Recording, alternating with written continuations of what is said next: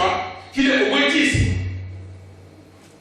C'est là que la parole déclare que celui qui marche avec le Christ ne connaîtra pas l'échec.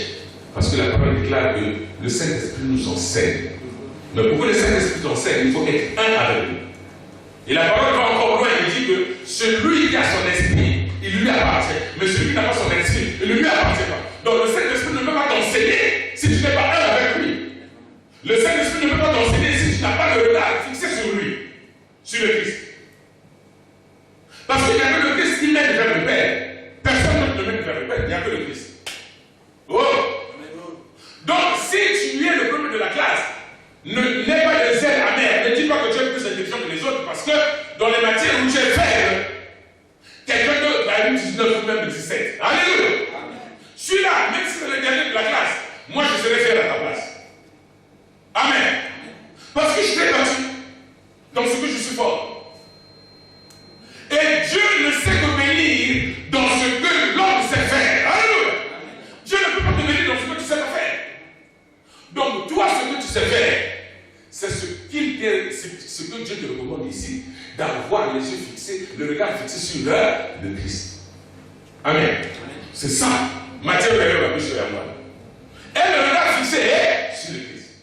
Si tu as le regard fixé sur le Christ, dans la classe, ça c'est sûr, tu auras de 20 sur 20. Amen. Parce que dans les moments des épreuves, la parole déclare que Dieu intervient quand l'homme à l'esprit abattu.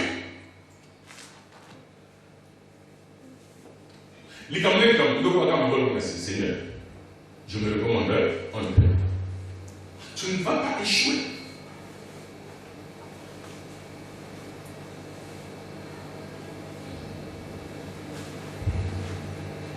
Acte 3, verset 4.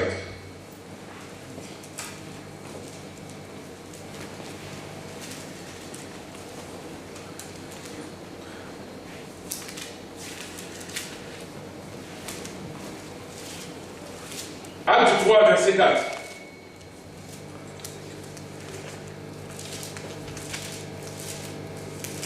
Lisons la parole de Dieu. Amen. Pierre, de même que Jean, fixa les yeux sur lui et dit, « Regarde-nous. » Et il les regarda attentivement, s'attendant à recevoir d'eux quelque chose. Amen. Amen. Pierre de même que Jean fixa les yeux sur lui et dit, « Regarde-nous. Regarde-nous. » Et il regardait attentivement, s'attendant à recevoir de quelque chose. Alors Pierre lui dit, « Je n'ai ni argent, ni or, mais ce que j'ai, je te le donne au nom de Jésus-Christ de Nazareth. » Il dit, « Lève-toi et marche. » Alléluia. Il dit, lève-toi et marche. Il n'a pas donné l'argent. Il n'a pas donné ce que lui attendait. C'est-à-dire c'est quelqu'un qui était là, qui demandait des choses. Mais certainement, les apôtres lui ont donné ce qui était nécessaire. Oh! Amen. On lui a donné ce qui était impératif. C'est-à-dire qu'il fallait qu'il marche, qu'il ne soit plus paralytique, qu'il ne soit plus un parasite, qu'il ne soit plus quelqu'un qui commande, mais qu'il soit libre de marcher, d'aller chercher du travail, de travailler. Alléluia! Oh! Amen. Qu'il soit capable lui-même de marcher, de rentrer à l'église maintenant pour prier, pour s'agenouiller. Regarde le regard fixé sur le Christ. Comme les disciples ont eu le regard fixé sur le Christ, eux aussi ils ont eu le regard fixé sur les hommes pour accomplir la parole. Amen. Amen. Maintenant, si toi tu n'as pas de regard fixé sur le Christ, dis-moi même dans ta famille si quelqu'un est malade. Tu n'as pas de Christ. Comment tu vas prier pour cette personne? Même si tu dis au nom de Jésus-Christ, mais lui ne te connaît pas. Amen. Amen. Je fais rire un peu.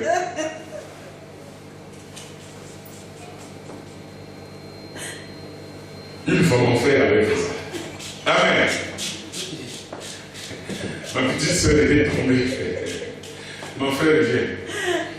Au nom de Jésus, madame, lève-toi. Madame, lève-toi.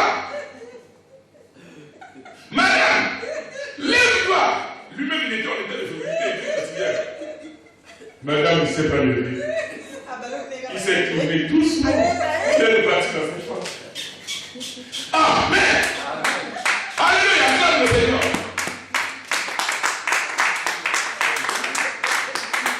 Nous pouvons voir que rien ne s'est passé parce qu'il a appelé l'esprit de l'enfant de sa petite sœur qui était tombé de revenir à la vie, bien qu'à l'instant, cela ne s'est pas produit.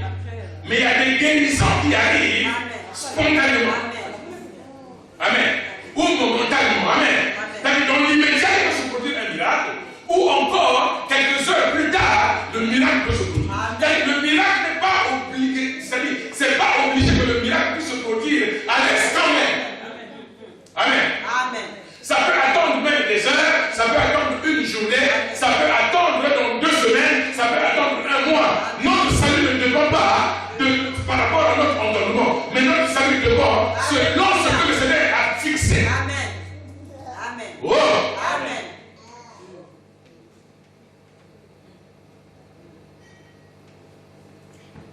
Quelles sont tes intentions que tu fixes pour ta famille, ou encore pour ta vie professionnelle, ou encore pour ta vie intime, ou encore pour ta vie pieuse?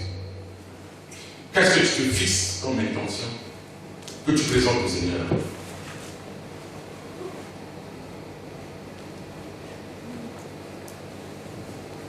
Il faut fixer. On fixe une lampe, c'est pour que la lampe éclaire une maison. Mais il faut chercher la hauteur convenable pour que cette maison soit éclairée. Amen. Donc, vous voyez pourquoi est-ce que le Christ, Dieu est bon. Je comprends pourquoi est-ce que le Seigneur, en formant l'homme, en créant l'homme, avait choisi l'endroit exact où il a posé le cœur. Il n'a pas mis du dos, il l'a mis devant. Et la hauteur est bien équilibrée de manière à ce que il représente la tête. En marchant, tu vois tout.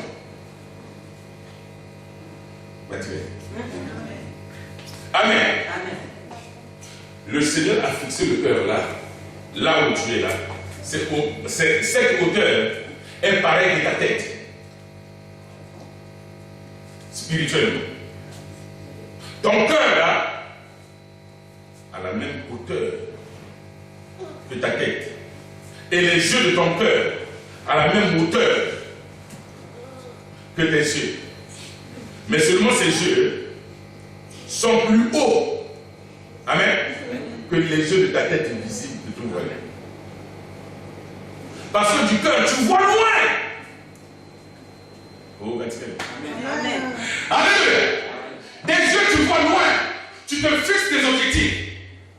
C'est-à-dire les yeux de ton cœur emmènent à voyager même. Alléluia. Les pensées vont ça et là. Ça peut même s'agiter. Mais toi, ta tête est toujours là. Tes yeux là sont toujours là. Même quand tu dors, tu as fermé tes yeux. Mais tu te retrouves même au Congo. Tu es peut-être en Chine déjà. Tu rêves que tu étais même en prison. Tu rêves que tu t'es battu avec quelqu'un. Tu rêves qu'on a voulu te payer quelque chose, une dette. Tu rêves que tu as perdu quelque chose. Tes yeux se déplacent. L'esprit, l'âme et le corps marchent, visitent. Amen. Amen. Et la bénédiction vient aussi par nous. Amen. Si tu marches bien, tu es béni.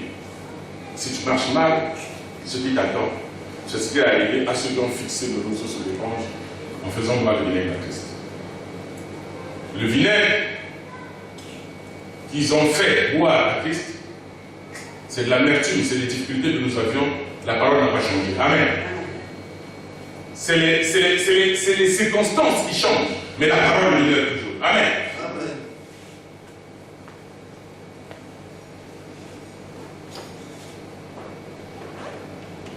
Ils ont dit lève-toi et marche. Les organes fixés. Pierre a dit lève-toi et marche. Tu dois avoir l'onction, c'est-à-dire fixée sur toi. Quand le Seigneur t'a donné quelque chose, il l'a donné définitivement. La parole déclare pas que Dieu ne se répond pas de ses dons. Amen. Il ne se répond pas de ses dons. Ce n'est pas un menteur. Tu as quelque chose de Dieu en toi. Chacun de nous, chaque être vivant, animé du souffle de vie, a quelque chose de Dieu. Et en particulier, amen. C'est-à-dire unique. C'est comme les textes. Tu es unique. Mais est-ce que nous en faisons usage même? Voilà, c'est là le problème. Où fixes-tu tes regards? Le Christ fixait même de regard de loin. Il avait dit à Nathanaël, amen. Il a dit à Nathanaël, quand tu étais sur le figuier, regarde un peu, imagine que Nathanaël était sur le figuier hier soir. Ou bien dans 2 heures.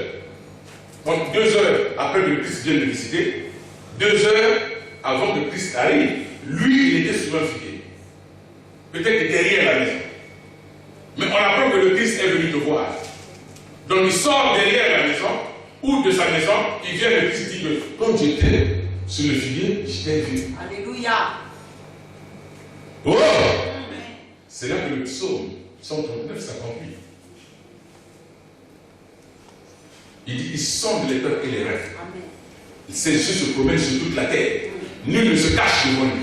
Tout ce que tu fais, il est au courant. Il te voit. Même quand tu penses que personne ne te voit, lui te voit. Donc lui, il a les regards fixés sur nous. Alléluia. Oh! Amen. Si lui, il a le regard fixé sur nous, certainement si nous sommes ses enfants, nous devons aussi avoir le regard fixé sur lui. Parce que le Fils ne fait que ce qu'il voit faire au Père. Il y a une probabilité que si le Père est un voleur, les enfants aussi, donc 2 ou 3 enfants, il y aura 1 ou 2 qui ne sont d'être des voleurs aussi. Ils reçoivent le don de leur Père. Si c'est un alcoolique, c'est un ivrogne, croyez-moi, il y aura au moins 2 ou 3 ivrognes dans cette famille. Et c'est là que les mondains ont copié. Ils ont dit que oh, c'est héréditaire. Oh, chez nous, au niveau du Seigneur, au travers de la parole, dans notre coutume, de la vie pieuse, il n'y a pas de vie héréditaire, ça n'existe pas. Amen. Nous, ce qui nous est arrivé, une fois le Christ est laissé crucifié à la fois, et une fois il est ressuscité, c'est fini pour la vie. Amen. Une fois on est sauvé, c'est fini. Amen. On devient un enfant de Dieu une fois. On ne naît pas enfant de Dieu, on le devient. Oh! Maintenant, comment est-ce qu'on devra avoir les regards fixés sur Christ? Si on abandonne, donc tout ce que nous faisons ici, nous le faisons pleinement. Amen. Amen. Est-ce que Dieu parle à elle? Amen. Vous êtes sûr, vous êtes là? Amen. Jean 16, verset 7.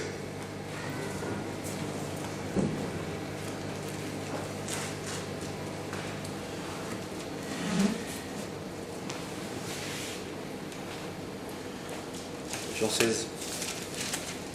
Jean chapitre 16, verset 7.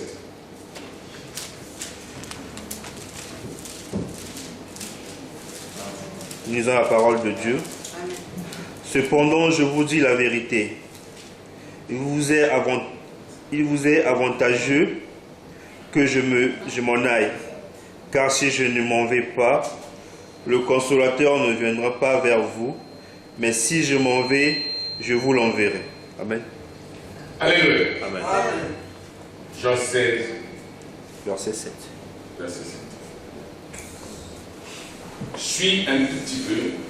Il dit, cependant, je vous dis la vérité, il vous est avantageux que je m'en aille.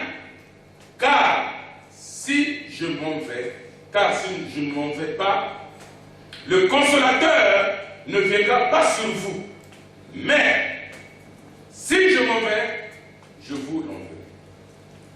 Et quand il sera venu, il convaincra le monde en ce qui concerne le péché, la justice et le jugement. Amen. Amen. Donc il se fixe déjà un but. Il dit, il est avantageux pour vous que j'aille. Mais, maintenant, comme je disais tout à l'heure, pour nos sœurs ou les frères qui chantent, si ces personnes n'étaient pas là,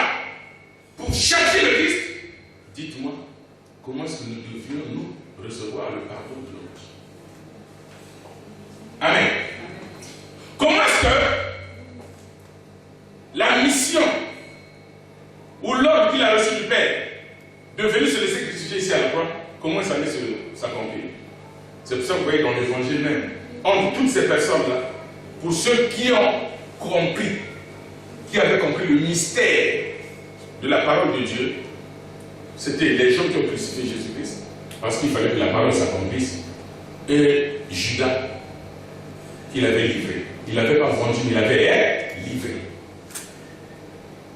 Le plus grand de tous ceux qui ont fait ce sacrifice, Judas est parmi nous. Parce que Judas est parti recevoir les 8 pièces d'argent qui correspondent à la vente, donc à l'achat d'un esclave. C'est un mystère. Dans l'ancien temps, quand on vendait les gens, on les achetait avec 8 pièces d'argent. Amen. Vous voyez, quand les gens chantent parfois, ils ont raison. Mais il faut avoir aussi l'inspiration de savoir discerner qu'est-ce qu'il est en train de chanter, qu'est-ce qu'il transmet, parce que c'est un message que je transmets. Oh, il y a son foutage, il y a un million sur les boulousses. Bon, en foutage, il y a un million. Amen. Oui, nous souscrivons que c'est la vérité. Mais il faut arriver à parvenir à expliquer clairement, selon l'inspiration de Dieu, comment il avait été vendu et comment il a payé cette dette. C'est-à-dire le rachat. C'était au billet de l'argent que Judas avait touché, qui correspondait à 8 pièces d'argent pour l'achat d'un esclave. Nous avons. Amen. À Soma qui se nomme Akila Natal.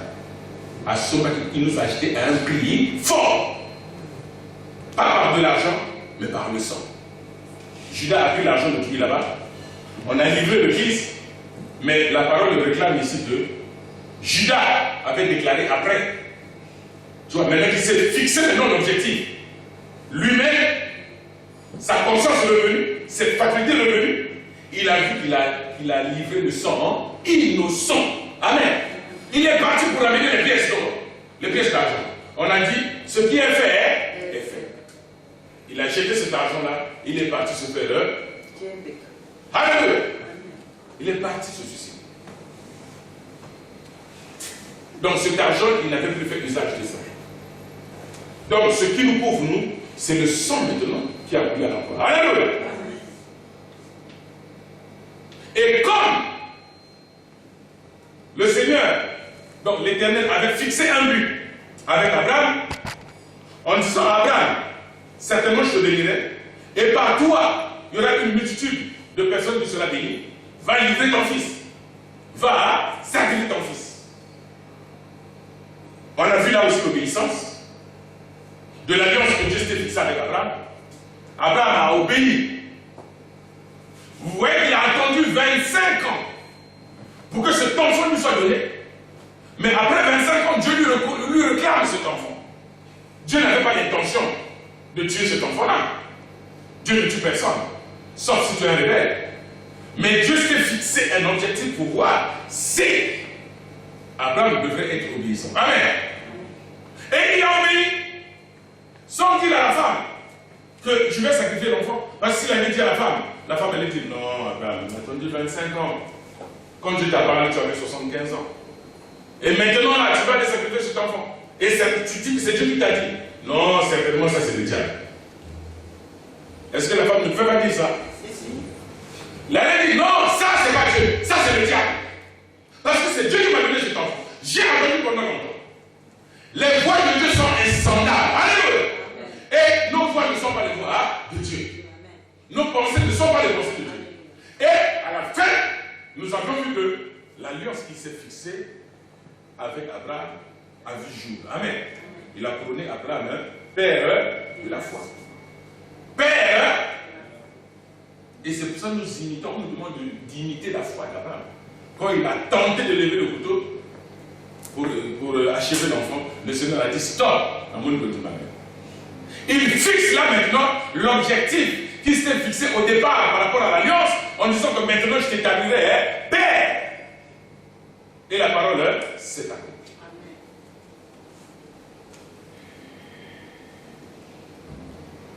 Comme c'était fixé avec nous. C'est-à-dire, il a laissé l'enfant. que le sang innocent de cet enfant ne coule pas, mais le sang véritable qui a remplacé le sang de l'enfant là, c'est le sang de l'agneau. Et à savoir, le Christ aussi. Comme l'agneau là avait pris la place de l'enfant d'Abraham, donc Isaac, de même aussi, le Christ a pris notre place. Nous étions des brebis, des moutons, qu'on devrait conduire à tout moment à l'abattoir dans la Ndoki. Babou m'a tout ça à tout moment, et lui il a arrêté tout cela. Amen. Oh! Amen. Vous êtes là? Amen. C'est pour ça qu'il avait dit aux enfants d'Israël, avant de dormir, mettez le sang des brebis sur les lingots devant vos portes. Quand le scaton de la mort va passer, il va avoir le regard fixé sur votre porte. Quand il va voir qu'il y a le sang de l'agneau dans ma présence, il va passer. C'est pour ça que quand tu vois la mort arriver, laisse la mort passer.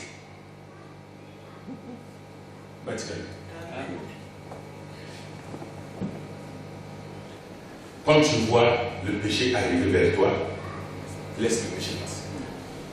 La parole déclare celui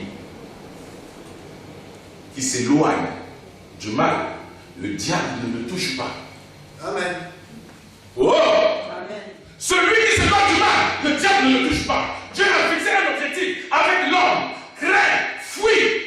Si on te dit fuis, il faut fuir. Fuir, ce n'est pas une faiblesse. Hein. Ce n'est pas une honte. Quand tu vois qu'il y a quelque chose de dangereux devant toi, fuis.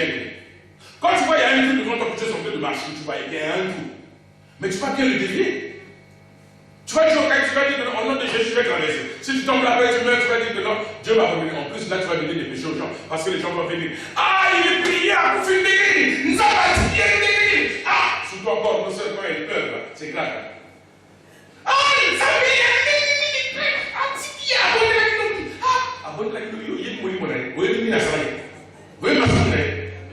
il ne faut jamais participer dans les péchés des gens.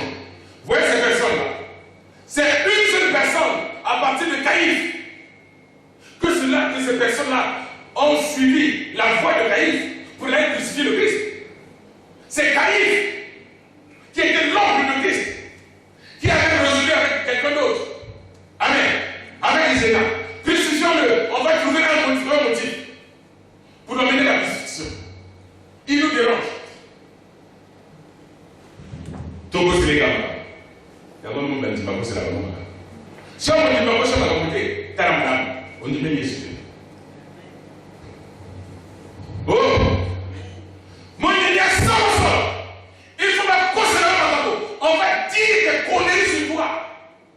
Mais pour toi, il serait mieux et avantageux que le Christ ne te trouve pas avec ces choses-là dont je te reproche. Là, tu as la victoire à l'homme. Amen. Amen. Vous savez, le miel, pour l'avoir, il faut avoir le courage. Amen. Les gens disent, ah, le Seigneur nous donne le pays où coule le lait, le miel est d'accord. Vous savez ce qui s'est passé en Israël? Comment ils ont souffert? Mais c'est qu'il y a le miel et le lait là-bas. Dieu a envoyé Abraham pour les sauver, il s'est fixé l'objectif avec Abraham. Il les a sortis. Et une personne comme Dathan veut encore ramener ce peuple-là à la souffrance. On dit que là-bas, il y a le lait et le miel. Quand ils ont fait demi-tour, qu'est-ce qu'ils ont croisé? Ils ont croisé la mort. Amen. Oh, vous êtes là? Amen. Comme Dieu a fixé l'objectif avec quelqu'un, fais très attention. Ne nuis pas cette personne. Même pas ta famille. Ne nuis pas cette personne.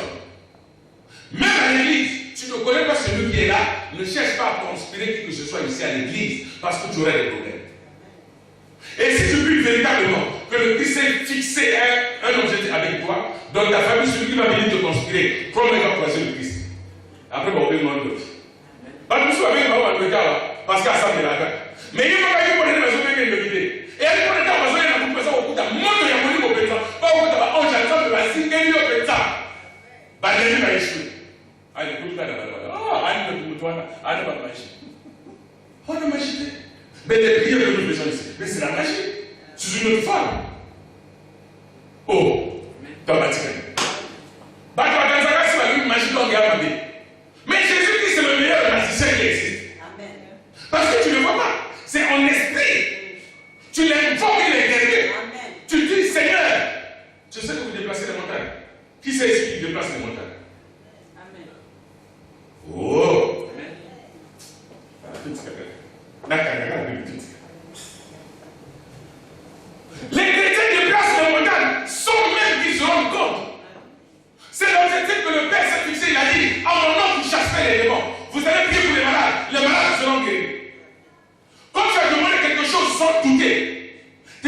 sont fixes avec le Seigneur, unis, synchronisés. Quand tu demandes, il y a des pactes.